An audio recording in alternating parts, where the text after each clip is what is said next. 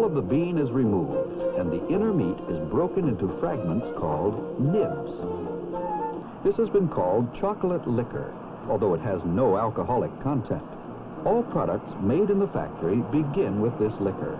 However, back before Milton Hershey went into business, it was discovered that chocolate beverages tasted better when the cocoa butter content of the liquor was reduced. And the milk has reached the consistency of taffy. Chocolate liquor and sugar are added, and the mixture looks good enough to eat right now. However, many more steps lie ahead. The mixture gets drier and drier until finally it is conveyed as a coarse powder to another series of mixing tanks. The chocolate paste entering a conch is thick and visibly coarse in texture. In a back and forth or reciprocating action, large granite rollers rub the paste over a corrugated granite base.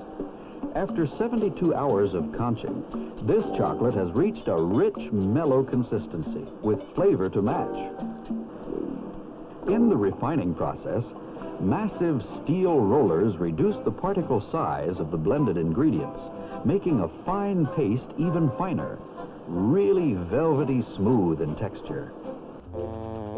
Of course, not all chocolate is molded.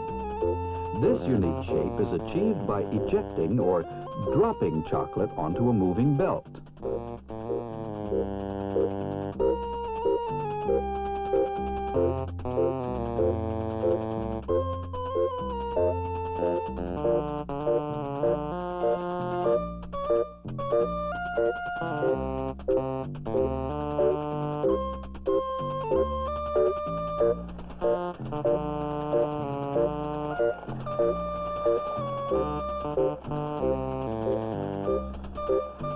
Chocolate is made to be eaten, and no one can enjoy its pleasures if it's kept here in the factory. So packaging of the various products is probably as important as making them. They tuck the buttercream between ridged rollers, which shape it into creamy columns. A wire slices them into bite-sized morsels.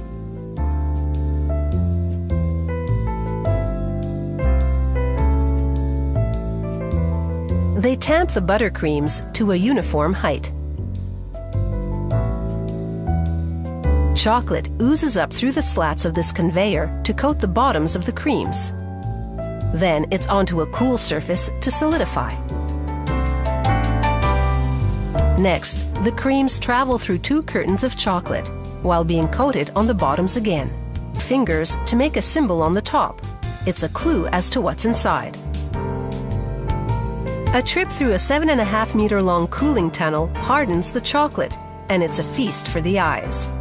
You can look, but don't taste.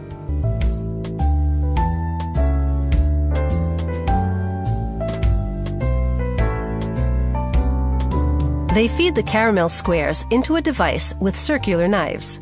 It's called a gang cutter, and it slices the squares into strips.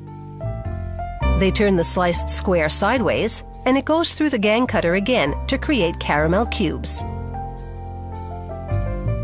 They dust the caramels with starch so they won't stick to each other as they go through the chocolate coating system.